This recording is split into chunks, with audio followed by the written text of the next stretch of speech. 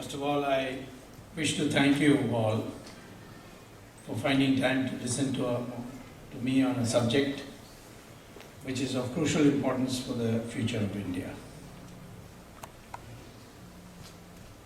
I'm going to discuss the topic in three parts.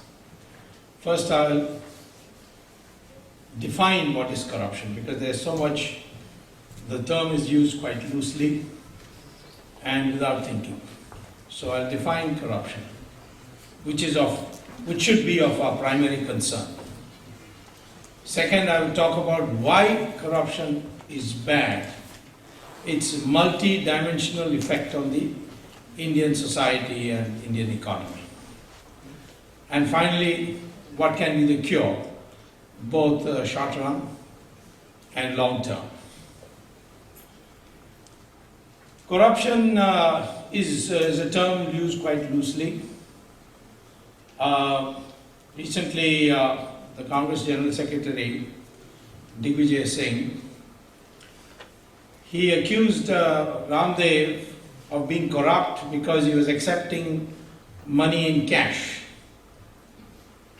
Now, that's an extraordinary statement, because supposing I'm a corrupt person, I have lots of cash in my pocket, and I go by taxi, and I pay the taxi driver in cash, which he is entitled to receive. Is the taxi driver also corrupt because he accepted my money, which is essentially black?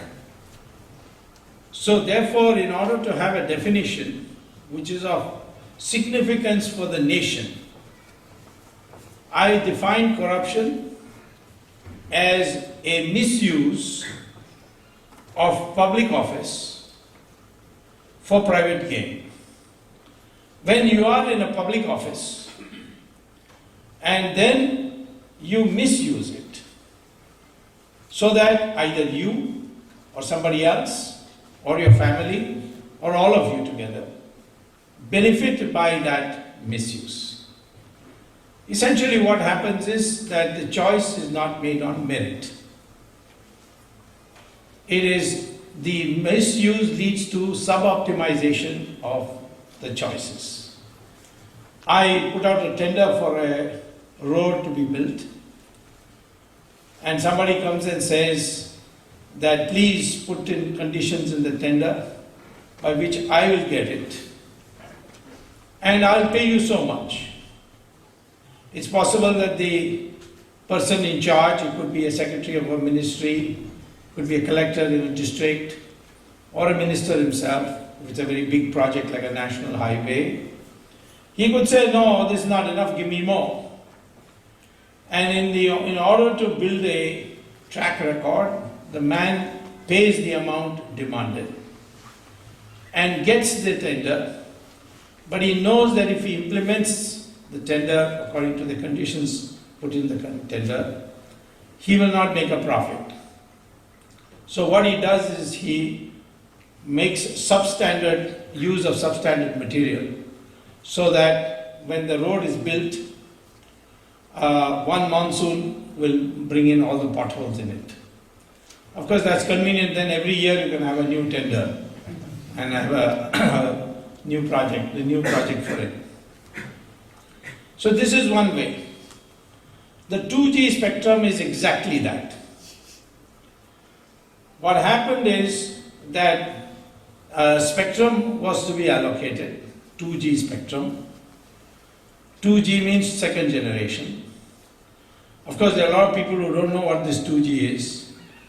And once I jokingly asked Manmohan Singh in a function in Parliament House, do you know what 2G is? And he jokingly says that many people think that I think it is Sonia ji and Rahul ji.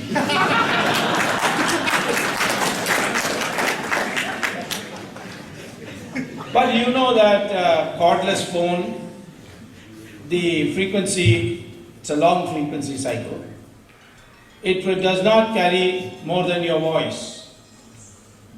But 2G will carry your not only your voice, but also SMS, MMS, email, and your photographs also.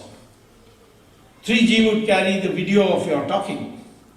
So obviously these have, the more and more cycles you have, the more frequency you have of cycles, the more data you are able to carry. And the sky has to be partitioned for that. I don't have to tell you all this, you're all past masters in this. But the fact is that this allocation is of a scarce resource, namely the sky. And therefore, it has to be allocated most efficiently. And one of the most efficient ways of doing it when there is a huge demand, and there's bound to be been a huge demand, because in 2001, when the licenses of this kind began, we had only 40 million mobile telephones in our country. In 2008, when the 2G spectrum licenses were given, we had 700 million mobile phones. Big market. A lot of people wanted to get into it. So Mr. Raja, who became telecom minister, and a little before Dayanidhi Maran, they both decided to devise ways by which they could earn some money. And one of the ways they devised is that they, number one, fixed the price very low. It's actually Mr. Raja who did it. Maran did something else which I'll refer to a little later. But Mr. Raja wanted the price fixed at 2001 level, when the 2008 price was 10 times more. And how do we know it's 10 times more? I will tell you that in a minute. In any case, I'll tell you briefly that those who got the licenses, they sold a good part of their shareholding, including controlling shares, at 8 times the price. So at least it is 8 times. And in the case of the 3G auction, which was auctioned because of the scandal on 2G, when the 3G was to be dispersed, the government decided to have an auction, and they got 12 times as much. So anyway, you get a ballpark figure of 10, and Mr. Raja decided that he will have the spectrum sold at spectrum licenses sold at 1/10 the price. So that was his first crime. Of course, that he didn't decide alone. This I found out much later, after having sent him to jail. And I found out that in 2006, at the insistence of Dayanidhi Maran, the cabinet, the Prime Minister, took the extraordinary decision that the spectrum price will be decided by 2 ministers, the Minister of Finance, who was then Chidambaram, and the Minister of Telecom, who was Dayanidhi Maran and subsequently Raja. These two will decide, and there is no need for reference back to the cabinet for approval. During the BJP government or the NDA government, it was decided that these 2 ministers will decide, but there was to be a reference made back to the cabinet for approval. So this was further diluted by Mr. Manmohan Singh to allow these 2 ministers to decide. So I have subsequently discovered documents to find out that in fact the price of 2001 was decided jointly by Chidambaram and Mr. Raja. And if Raja is in jail for fixing the price at 1/10 the price, then why should Chidambaram be outside jail? So I filed a petition in the Supreme Court, which was heard on 13th of May. But then the court wanted the CBI input also, because my plea to the Supreme Court was that they should ask the CBI to investigate. And so the CBI has to give a reply. And then in the meantime, I came to teach for 2 months at Harvard. So a date of 24th August has been fixed for hearing. And I expect that after that, The TR jail will also have one more Tamil ministers.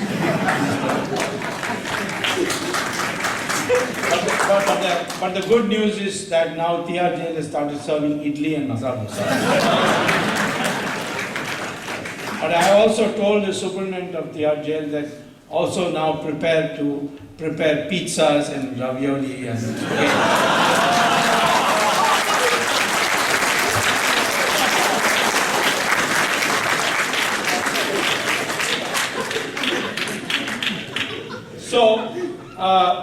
So this was the first fraud committed on the country. And if you had auctioned, how much would you have got?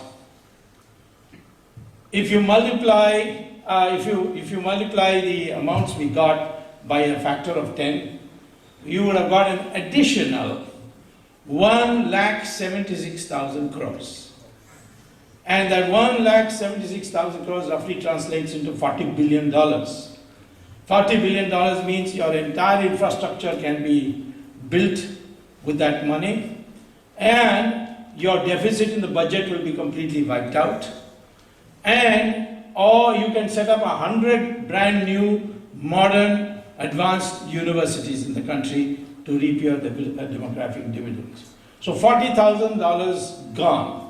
Where is it gone? Most of it has gone to those who got the licenses sold it. They have been the greatest beneficiaries. That's another thing Raja did, which was with the help of Mr. Chidambaram. And what that was, that he wanted to ensure that some of his favored parties definitely got the license. So, in the beginning, because the TRAI, the Telecom Regulatory Authority of India, had said there should be no cap on the number of applications and let everybody apply. And as the spectrum becomes available, go on giving to everybody. But Raja was impatient. So on 25th September 2007, he drew a line. He said, 1st October 2007 is the deadline. If you apply by 1st October 2007, then you will be considered, otherwise you will not be considered. Now, why he chose 25th September as the date, that I'll come to in a minute. But people were taken aback because they were doing it in a relaxed way. They thought they will apply after Diwali and this kind of thing, when their accounts are settled in a final manner with the income tax, so on. So many other considerations. They were thinking of doing it in a leisurely way. And suddenly they got this 1st October deadline. So there was a rush. And since the country is divided into 22 circles, each got, some applied for all India licenses, some applied for only regional licenses, and total number of licenses that were filed was 571. 571 licenses, applications were filed. That was 1st of October. Now on 10th January of 2008, Mr. Raja issues two press releases. This time not in newspapers, but in his ministry website. And he says, first thing is that 571 application also is too much. And therefore, I think that to begin with, all those who applied on or before 25th September 2007, they will be considered. Later on, we will worry about the others. Now, the deadline is over.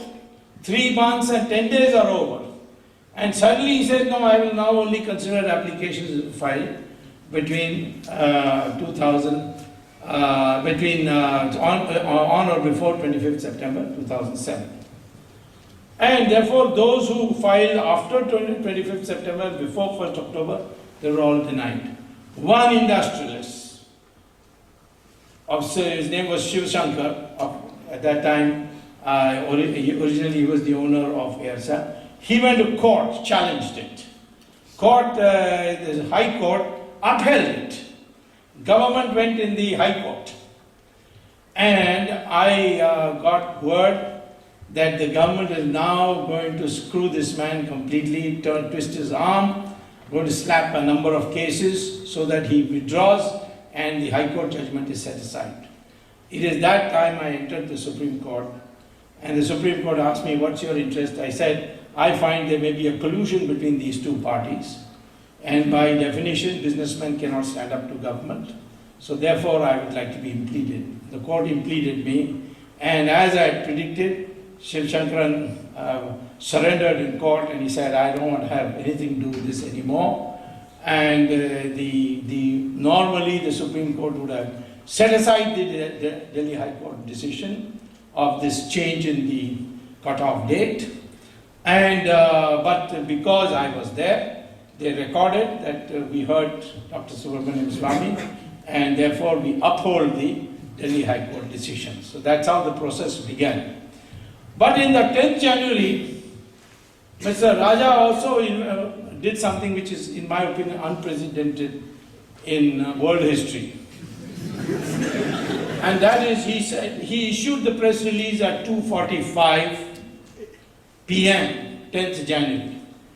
And this is in his ministry website. And he says that whoever brings a demand draft for rupees 1,651 crores between 3:30 in the afternoon and 4:30 in the afternoon, only they will be considered. Now I know in India even to get 1 lakh demand draft in 45 minutes is impossible. And 1,651 crores. Yet 9 companies had them in their pocket. Of them were 2 companies. One was Swan Telecom, not as it was called Swan Capital at that time, and Unitech. Both were real estate companies. They had no experience whatsoever in telecom. And they were favorites of Mr. Raja. And Raja wanted to benefit them. And therefore, they were already seated in the minister's room with the demand draft.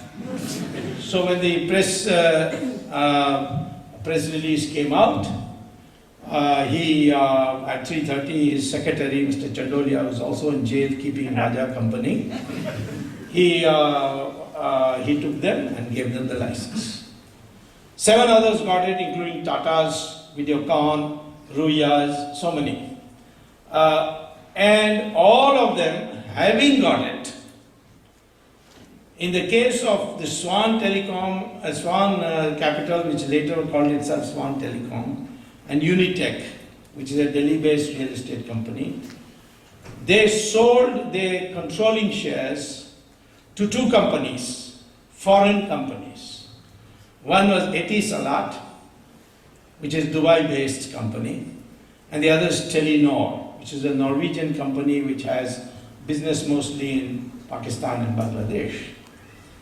And these 2 companies did not qualify to buy these shares because there was a Home Ministry advisory when Mr. Chidambaram was finance minister that Etisalat and Telenor should not be allowed any business in India because Etisalat is a front company for ISI of Pakistan. And of course, Etisalat is heavily bought into the Pakistan Telecommunication Private Limited, PTCL, which is a Pakistan government company. 9 of the 14 directors are from Etisalat. So Etisalat was held by our ministry, according to the advisory, to be a ISI front company.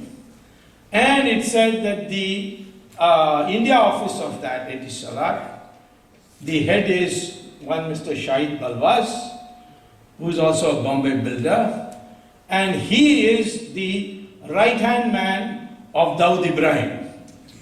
Of course, Mr. Shahid Balwaz is right now in jail for the same reason, for the same case. But this is what the Home Ministry said. And as far as Telenor is concerned, the Home Ministry said they buy equipment from the Chinese army, which telecom equipment can also double for cyber warfare.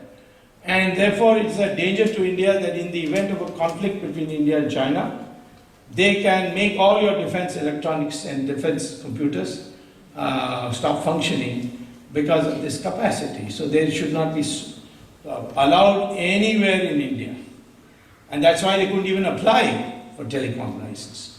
But now, they came by the back door. They bought the controlling interest by paying 8 times what Swan Telecom and Unitech paid. And now they are functioning in India. Their services have started. I have filed a petition with the Supreme Court saying that all licenses given in 2008 January by Mr. Raja should be cancelled. The court heard it. Court heard it and orders have been reserved. And the judgment should come any day. If it is cancelled, I have suggested that you can have a re-auction, you can have an auction, and these companies which, according to Home Ministry advisory, should be disqualified. And what bribes they paid, that's their headache. We are not concerned. We'll catch them by another route when we get to the money trail. So here is a gross misuse of public office. Of course, Raja, who has got an LLB, argued his own case recently when the charges were to be filed. He said, even this I did with Chidambaram's clearance. And there is a mysterious lady called Neera Radia, who is talking with one of the telecom people in the ministry. And that fellow is also, that tape also we have got and filed in the court, where he says that the Chidambaram is so greedy that after getting all the money, he still wants more. So I think of the longest term to serve for anybody in jail might be Mr. Chidambaram, more than even Raja, I think. But anyway, this is the misuse that has taken place. How much money was lost? $40 billion. How much was the bribe paid? About 60,000 crore rupees, which is roughly about $12 billion. $12 billion did not go to Raja's pocket. Raja himself one day told me in the Central Hall Parliament before he was arrested that, now why are you doing all these cases? Nothing is going to happen. I have fixed everybody in this. So I later found out, not from him, but from someone very close to him, I'll tell you who that is. According to this person, the 60,000 crores was 60% went to Sonia Gandhi. That's why I was talking about pizzas. 60% means 36,000 crores. It is being deposited in Macau. I have good relations with China. One day I intend to twist their arm on this. But Macau is the safest place today. Switzerland is no more safe because the Americans have beaten them black and blue. And they have passed such laws that it's very easy now to get the money out. But I'll tell you a little bit about that a little later. Mr. Mr. Raja got only 3,000 crores. Only. Considering he used to come by bicycle 15 years ago to party office of the DMK, 3,000 crores is a lot. And I remember the clothes he used to wear and the clothes he's now wearing. Big difference there was. And 3,000 crores, Chidambaram got another 5,000. That means that accounts for 44,000. And the remaining 16,000 went to Mr. Karunanidhi. Of course, Karunanidhi deserves more because he's got 3 wives and a lot of children.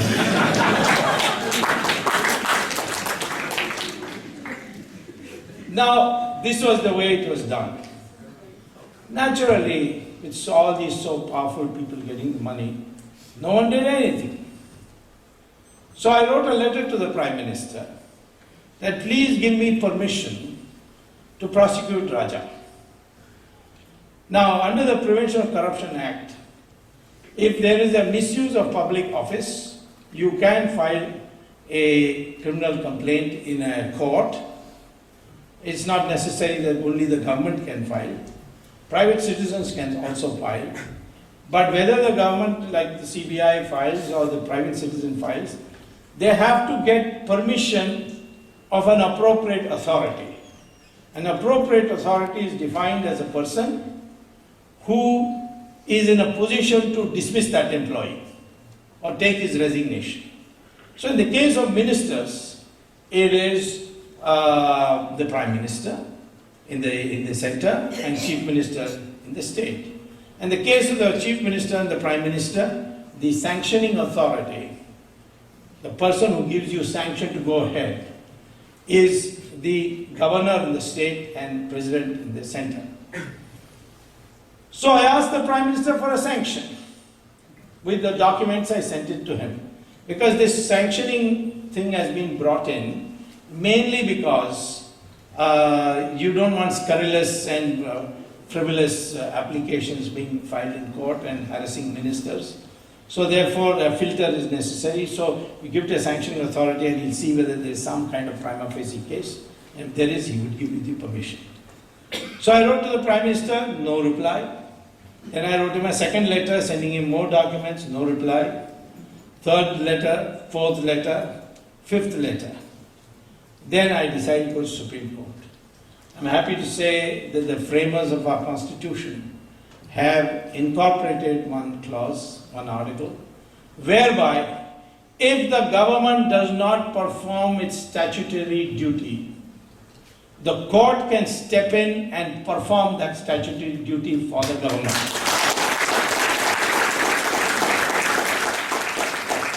But it cannot do it so moto, there has to be a petition. So I filed that petition. And the court, and I gave all these 5 letters, I written to the PM. And the court was very upset. And they did what was unprecedented, according to me, in the history of the world. They sent a direction to the Prime Minister to file an affidavit why he did not reply to my letters. That was the question. When a Supreme Court asks somebody to file an affidavit, it means they are not willing to take your word. They want you to file an affidavit so that if you tell a lie, you can be prosecuted for perjury. So to ask the Prime Minister you file an affidavit is an extraordinary step. There was a great deal of demand. Immediately the Prime Minister should step down. But I did the extraordinary thing of telling the court that I am not in favor of the Prime Minister stepping down. There's a lot of criticism. Why I softened up. Have I got a cut too? In India, even Sita Devi was not spared by the dhobi in Ramayana. Doubts come very fast to the minds of our people. But the fact is that if Prime Minister had gone, this Manmohan Singh had gone, I know that he is a boneless creature, spineless creature. I've known this since we were professors together. In fact, he was my economic advisor when I was a minister. He had gone away abroad and settled down in Geneva. I telephoned him and brought him to India.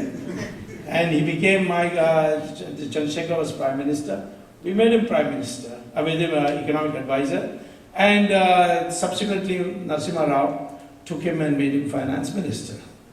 But from the beginning, I've known him for now maybe 40, 45 years. We know that Mr. Manmohan Singh is a good man, but he has no spine. Now the problem is that if he is removed, I will lose a good man without a spine and replace him with a corrupt man with a spine. And therefore, what is the gain? I knew that Mr. Manmohan Singh can't give his sanction because there is a higher sanctioning authority called Sonia Gandhi, whose sanction he has to take first. So, therefore, he did file an affidavit in which every letter I got, he wrote, very important letter, very serious matter, please advise. The officers write, no need to take any notice of it. Now, that's the matter, that ends the matter. He didn't do anything. So, you can compare him to Bhishmacharya, who watched Draupadi being stripped. And at that time, he kept saying, I'm helpless, I'm duty bound because they won the dice game, etc. It is Lord Krishna who said to Arjuna during the battle that now is the time for you to finish him off. So he said, he's my teacher, what wrong did he do? After all, we lost the dice game. He said, even if it is legally correct, I'm now paraphrasing it in my modern language, even if it's legally correct, but where a moral wrong takes place for the implementation of a legally correct decision, you must prefer the moral right and not the legally correct approach. And therefore, finishing up. So I'm in favor of finishing up the whole UPA, like the Kauravas. And that will happen very soon, I can tell you, because of certain other developments. But now coming back to this, this was how I got the sanction. I went to court, filed it, Raja went to jail, then Kanimori, then Dayadi Maran is probably packing his bags now. What did he do? He forced this Shiv Shankaran to part with Aircel and sell it to a Malaysian Tamil from Sri Lanka called Anant Krishnan to enable him to come into India. And everybody knows that Anant Krishnan is a money launderer for the LTTE. So on one hand you have Dawood, ISI, China, LTTE. Is this country for us or for all these people?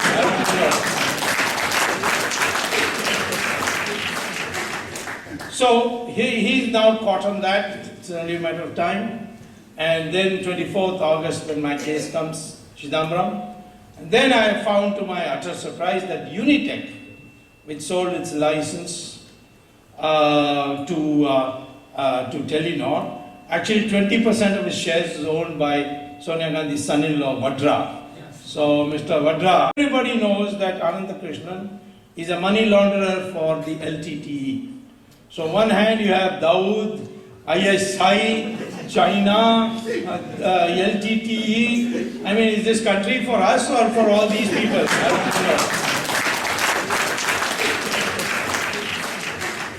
So he's now caught on that. It's only a matter of time. And then 24th August, when my case comes, Chidambaram.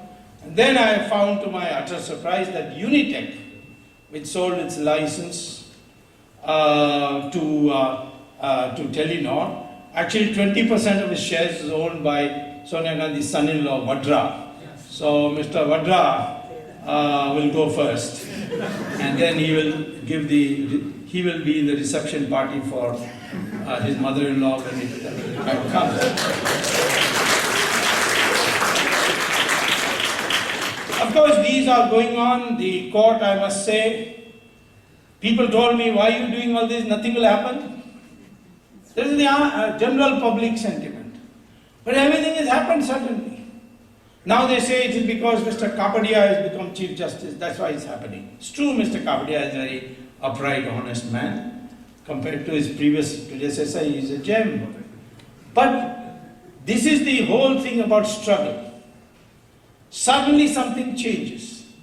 When I was fighting the emergency, people will say, what are you doing fighting the emergency? Settle down at Harvard, have a good time, forget about all this. I'd come to America, I'd escaped to America, and I was campaigning here. People said, never go, she's very strong, Indira Gandhi, she's in complete control, there's no protest, everything is silent. And then one day, Indira Gandhi declares an election, and she loses the election herself. Her own constituency, she loses. Now, how could I have foreseen that? Nobody could have foreseen that. Even if I had foreseen that and I told people, emergency will go because Indira Gandhi will call an election and she will lose the election, people would have thought I was mad to think like these and I'm living in a fool's paradise. So I am saying to you, in the struggle, only a part of your efforts make the final result. The final result comes because some event takes place. And here the new Chief Justice came and everything changed. The judges have become extremely, they've become extremely conscious of this danger that the country faces.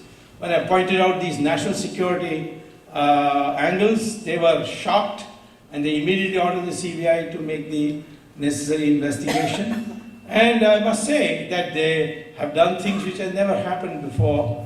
They have said to the CBI, you are not to listen to the government of India, you only listen to us, and we will hear Mr. Swamy on what he has to say, and then we will ask you and then direct you what is to be done. This is an extraordinary step, that the CBI is no more to listen to the government of India, is no more under the thumb of the government of India, but under the court. So this process is on, and I think it will go to the very end. There are all kinds of attempts to put obstacles in me. There's a huge controversy that is now being created in my prescription for fighting terrorism. Those are all things which happen, it doesn't concern me. I think that this is a very important corruption case that we must bring to finality. We must ensure that everybody concerned must go to jail to set an example for the whole country that such a thing can happen in our democratic system. I must tell you, I have got 2 invitations from 2 governments to come and help them clean up corruption. One is from the government of Pakistan, where the ambassador said, can you come for 1 week and clean up? I said, I can come for 1 week to clean up Pakistan, but not corruption in Pakistan. Second was Greece. Greece also, certain influential members talked to me. So this kind of thing, India's reputation has suddenly gone up because its democratic institutions are functioning as nowhere else in the world, leaving aside certain developed democratic countries, and bringing to book the most very important, highly placed people and sending them to jail. Today, Tihar jail is no more called Tihar jail, it's called Club Tihar. Because it's such a high, there are so many CEOs there, and they have to share 4 to a bathroom. And of course, the mosquitoes give them as much trouble as they give all of us. So they're living a very hard life, and it's the hottest part of Delhi today, the hottest season. So they are going through hell. Jail means hell, and they're all going through that. This has set a tone, but there is a lot of work to be done. So I would say, now that you've understood how corruption is generated, let me go to the second point. Why is it bad? What is wrong if a few ministers, to expedite a decision, take a little money? Well, it doesn't quite end that way. You see, when this money comes, first of all, you are sub-optimizing. Sub-optimizing means that you are not getting the most meritorious decisions made. If you are not getting the most meritorious decisions made, then your resources are being misutilized. And you are not getting the highest rate of return for your resources. That's a real criminal act, because these are taxpayers' money. And who are the people who have money to give in cash to the minister? Generally criminals. And so the criminal element comes to the top. And they become new barons and new heroes, because they have so much money to throw around. Political parties then start getting money from them, then they become soft on them, they are not able to take action against them.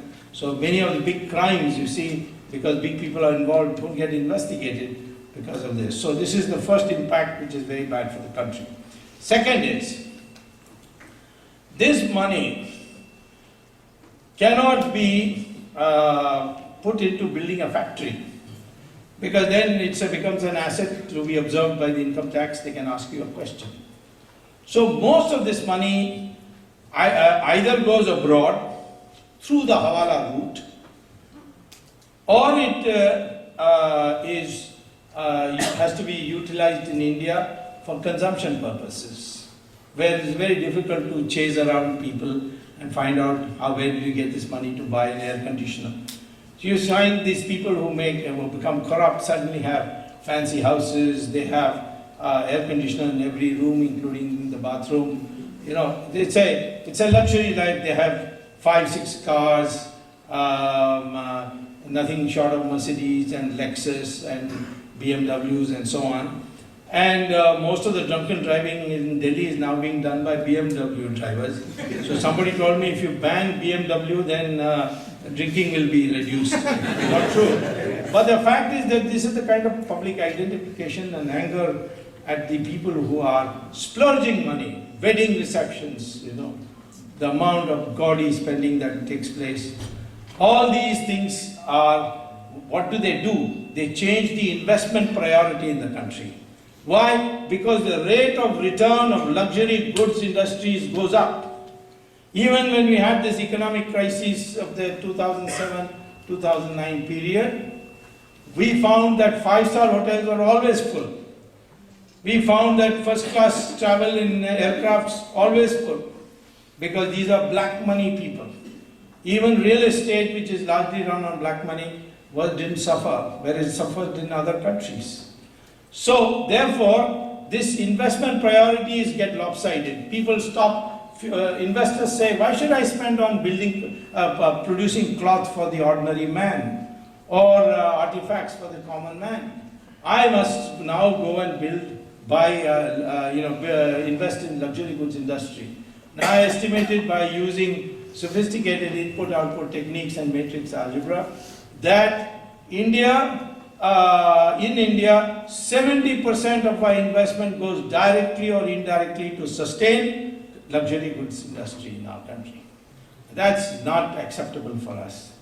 Third thing is that this cash, because now the government has legitimized forward trading in food items, what they are doing with this cash is they are going to the farmer and giving him in cash and saying, don't bring it to the market. Give us your rice, give us your wheat, give us your vegetables, give us your milk, give us the sugar cane that you have, and then they stock it. When they stock it, prices shoot up, inflation shoots up. Who does that inflation affect? It affects the common man. And then after that it reaches sky high, they open the godowns and these materials come to the market and the prices come down. So there's huge profiteering going on. Our country, GDP is supposed to be growing at 9% per year. How is it that inflation is growing at 16% per year? Because in economics we teach that when supply expands, prices come down. But here, India has turned economics upside down. Supply is also increasing, prices also increasing at the same time. So this is the third effect. The fourth effect is something again the brain of Mr. Chidambaram has gone to play. One of the key politicians complained to Chidambaram that these Swiss people are so terrible that not only they take our money, but instead of giving us interest on our account, they charge a 2% service charge. So every year we are bleeding to a 2% service charge. Imagine if our accounts, if our total amount of money in Swiss banks and other places is $1.5 trillion as some estimates are, and you put 2% on that, how much these countries are benefiting. So therefore Mr. Chidambaram came up with a wonderful idea that I'll create a new financial derivative, and that derivative will be called a participatory note. What is the participatory note? You take your rupees, give it to a Hawala man, and the Hawala man will have it sent to you in Europe. You take the dollars that you get in Europe, go to Morgan Stanley or go to there's a famous investment company, American one, Fidelity Investments, and put it on their counter and say, give me a participatory note. Only country in the world which has participatory note is India. And this is how our brains are being misused to create all these nefarious instruments. So you put it there, he'll give you a piece of paper on which only the amount will be written. And you take that and bring it to the country, give a photocopy to the Reserve Bank, and then, because it's illegal, and then you go to the mutual funds and say, please invest this in the stock market. Now he invests in the stock market. Many such people also bring other participatory notes and they invest, and the stock market booms. And today our stock market has become completely rigged. The middle classes are losing money heavily. But these people who come with participatory notes, they see the stock market going up and then bringing it down. They sell off and bring it down. There was only one problem which also Mr. Chidambaram corrected, namely that if you sell at the height, then you have to pay 25% capital gains tax. So he suggested that if you come via Mauritius and you create a $1 company, and that company invests in the stock market, then because Mauritius is a poor country and we want to help it, no capital gains tax for that $1 company. So billions of dollars are coming, $1 billion going out. $61 billion came at one stage, and all this money is black money going out, round tripping via Mauritius and coming to India and rigging the stock market completely. So this is another damage it is doing. And the law has been so designed now that SEBI, which is called Security Exchange Bureau of India, like the SEC here, it has been barred from asking any questions about participatory notes. Because if you were, as an ordinary person, go and buy a share, they'll ask you, where do you get the money from? Where's the check? What a photocopy? All that. But participatory note, no question asked. Tarapore committee said, abolish this. Reserve Bank governor says, no, this is very, very dangerous. National Security Advisor says, terrorists are using this participatory notes to collect money from the stock market and using it for blowing up Bombay. So all this, but still nobody wants to touch the participatory note. This is again because of corruption. And finally, let me tell you, the national security is now thoroughly compromised.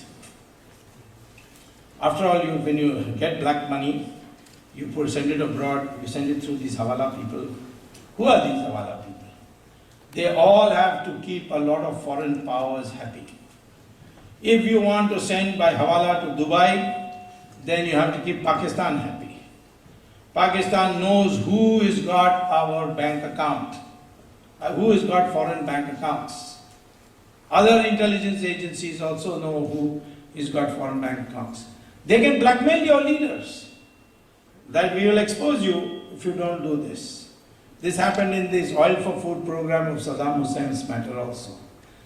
Then you saw how Etisalat and Telenor have entered into our country when the Home Ministry advisory says don't let them come in any capacity anywhere.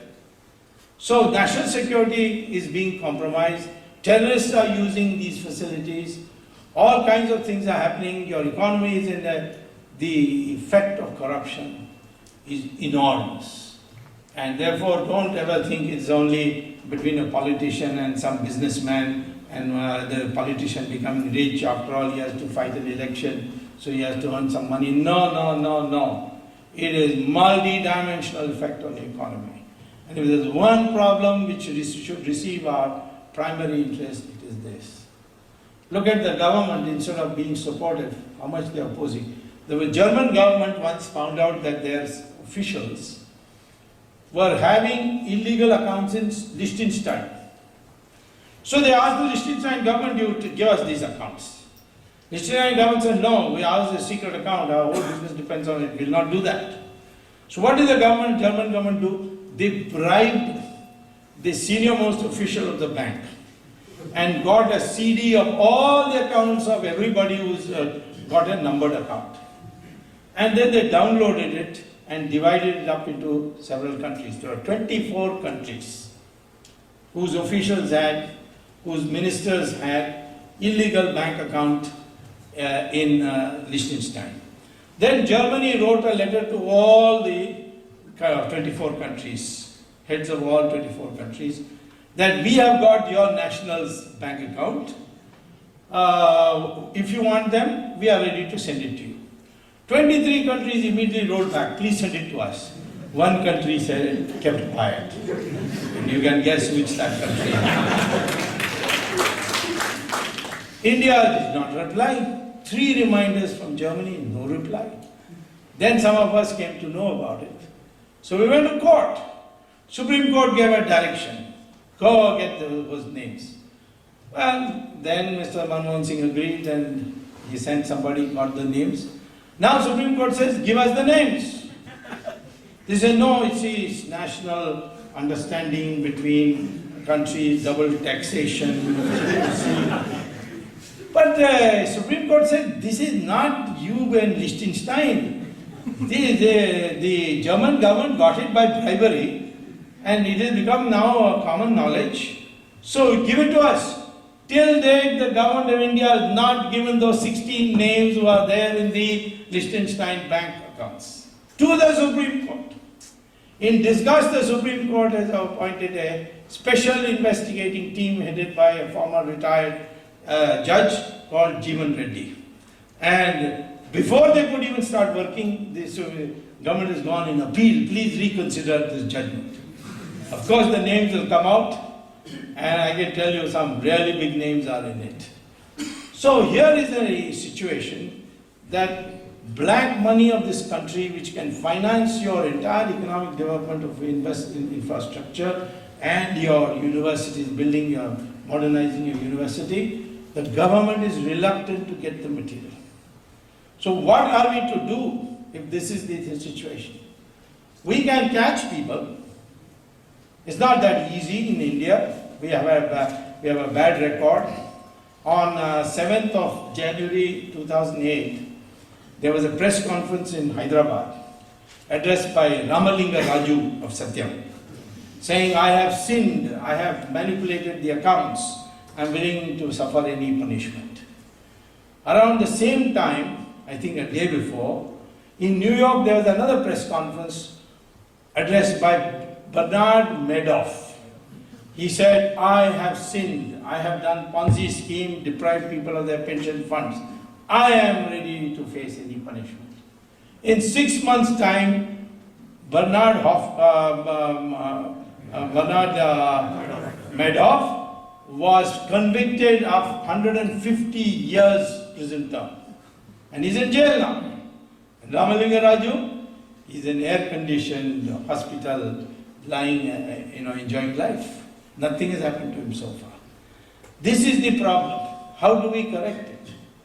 I can show to you that doesn't matter if you have a low probability of catching people.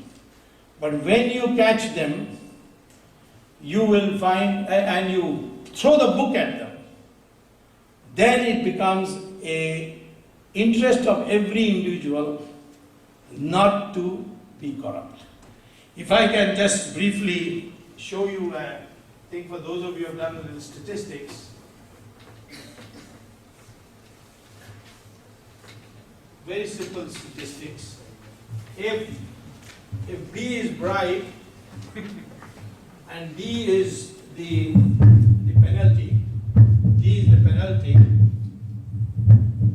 D is the penalty, this is penalty.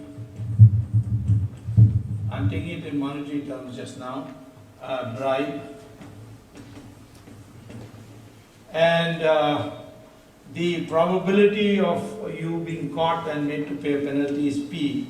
Therefore, the probability of not being caught and to enjoy your bribe is 1 minus P. And therefore, expected value is 1 minus P times B plus P times D. And D is negative, so I'll put it as 1 minus P times B plus, minus P absolute value of D. And if I say D, the penalty is some lambda times the bribe, and I take lambda to be, say, 99 times, then I can show I don't want to further involve in it, but you just replace, for D you put lambda B, and you can show that if lambda is 99, that even if the probability is as low as 0.01, the expected value will be negative. So rational human beings on their own will not engage in corruption if they think that the on balance of being caught and not caught, I will lose money. And if that happens, he will automatically on his own become like that. You see, the United States works on that principle. The United States works on that principle. Once Martha Stewart, she told a friend that I went to some party and I heard somebody selling some shares, you sell it. She told a stockbroker. They caught her and sent her to 6 months or 5 months in jail, in prison, like any other prisoner. They put her in. I know, what has she done that she's a celebrity and she's a great, I think cooking was her specialty or something. She was on TV all the time, and you put her in like this. They said, yes, if you catch, then we throw the book. So Madoff, 150 years. Then Enron, they took that Skilling, who was a Harvard business MBA, top executive, every president would have dinner with him. They put him in a handcuff and took him. So therefore, that is one way of doing it.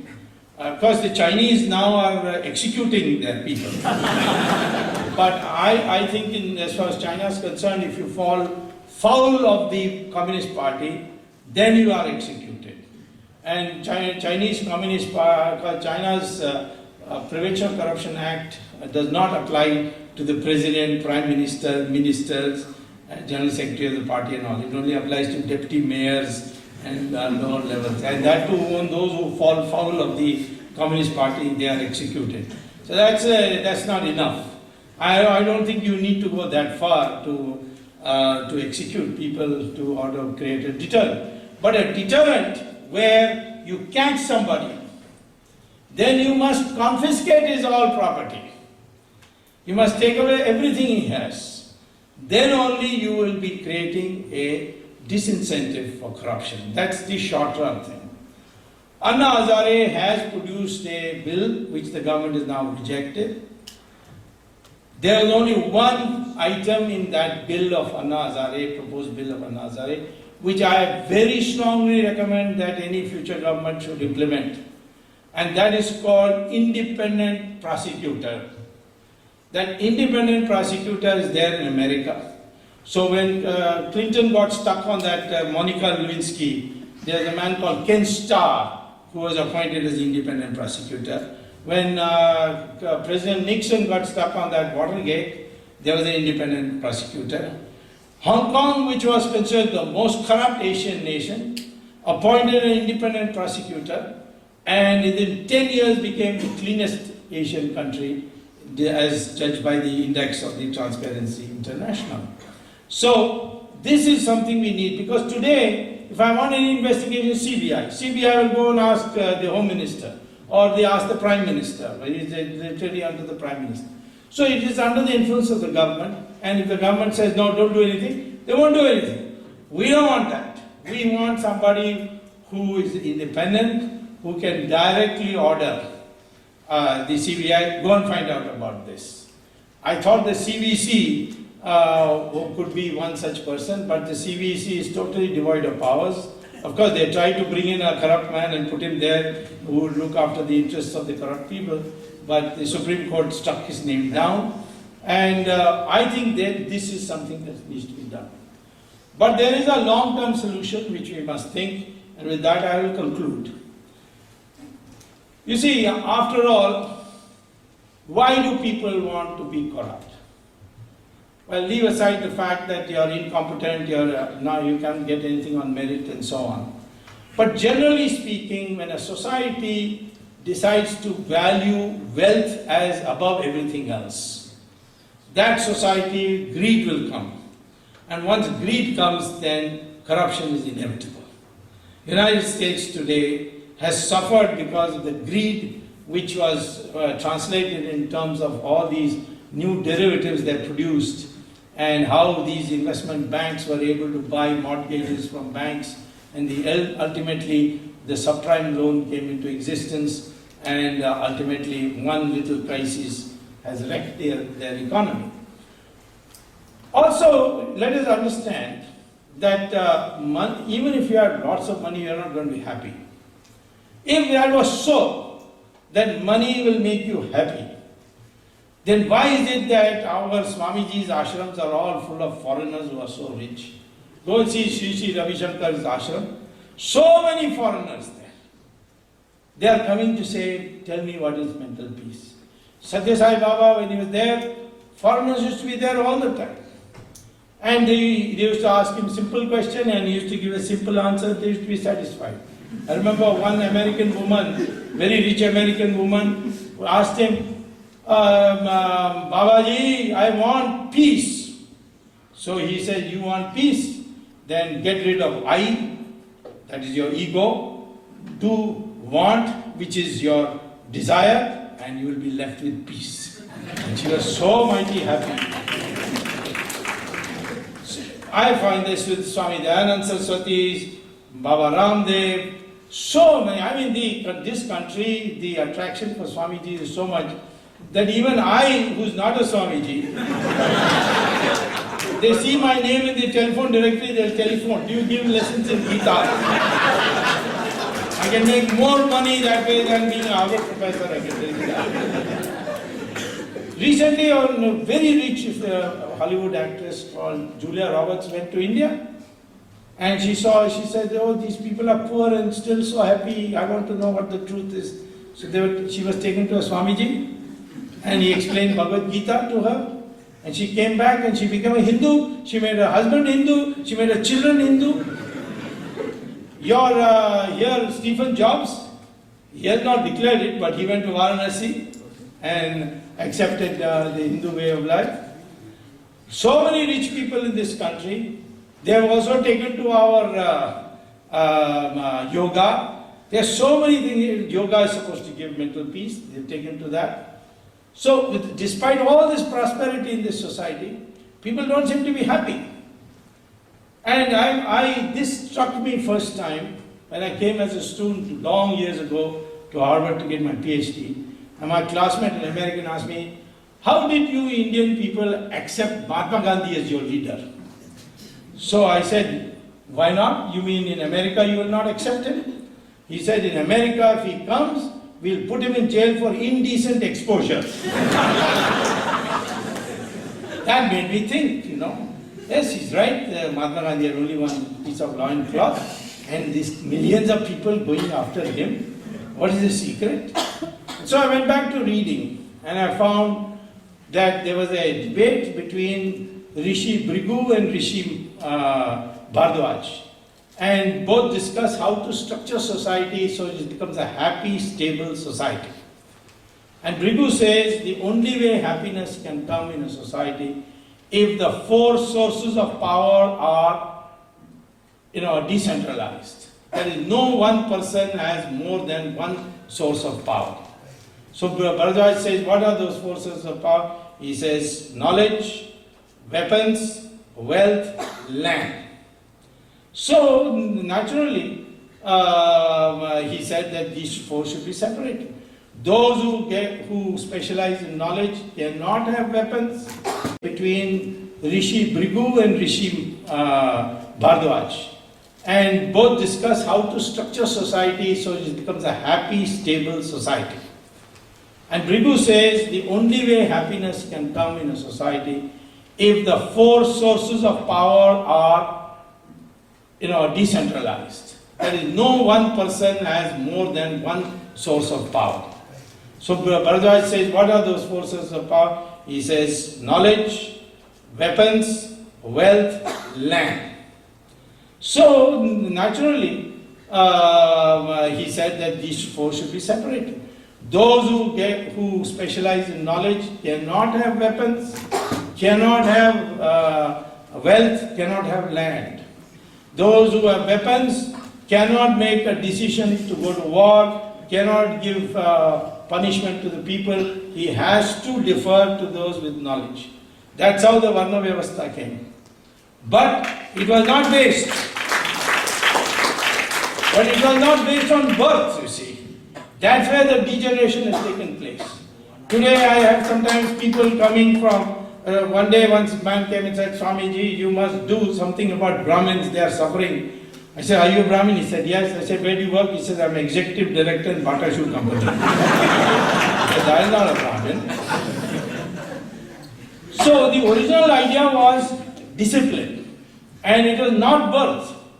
If it was birth, you tell me, how did Veda Vyasa, who was the son of a fisherwoman, become a Maharishi and write the Mahabharata? How did Valmiki, who was a child of the Dalits, he became a Maharishi and wrote the Ramayana? How did Kalidasa, who was a hunter, become the Maharishi and became the poet of poets? How did Vishwamitra, who was born in a Kshatriya family, become the Rishi of Rishis? Even the gods used to be afraid of him. This has got nothing to do with birth. And if you are a Brahmin and you broke the law, you were punished. For example, Ravan was a Brahmin, and because he committed the crime of taking away Sita, he was punished and killed by a Kshatriya king. And the Brahmins didn't say, oh, this Kshatriya killed one of us Brahmins, so let us now finish him off. There was no such identification. It was a discipline that had to be observed. And that Vaishyas who earned wealth, they were not to get social status on the basis of their wealth, but on the extent of their philanthropy. In my opinion, this globalization has completely destabilized us. It has made us totally materialistic. Indians are becoming fast that way. They have lost these old values, and that is why corruption is increased with economic freedom and with economic reforms. There was corruption even in the Soviet period when we had Soviet economic model with licenses, quotas and so on. But now it's much more because the numbers are also much larger, the GDP is much larger. But it is because progressively we are becoming so materialistic that we think money is the source of all your social status and your position in society. That has to change. We have to go back where we regard the pursuit of education, sacrifice, which Mahatma Gandhi represented, which today we respect our Swamijis, but they don't wear expensive clothes. But see the Pope, how well he dressed he is. In fact, the American student told me that our leader must be dressed in the best suit with the best tie, otherwise we won't even look at him. And you can see the mullahs in Iran, how well dressed they are. But look at our most prominent sadhus. They have hardly anything on their body except a piece of cloth. This is the tradition that must be brought back. And that tradition, if it comes back, then we're happy. The world is coming around to that. After all these Americans going to India for peace means that process, they have also accepted that. But we who created this tradition, this wonderful system, have forgotten about it. If that comes, long run, India will abolish corruption. I can tell you that India was not a corrupt society 500 years ago. There were Chinese travelers who came, they have written books. Vasco da Gama, he has written a book. There are so many visitors. Mark Twain came, he wrote a book. All of them say one thing, very honest people, they don't even lock their houses when they go out. What happened to us? Where have we lost it all? It's no use blaming foreign invasions in the past anymore. Now it is because of this crass materialism that has taken root in our mind, that money is everything, wealth is everything. That changes, then in the long run we will be safe. Short run, you don't worry, I am not going to give up no matter what.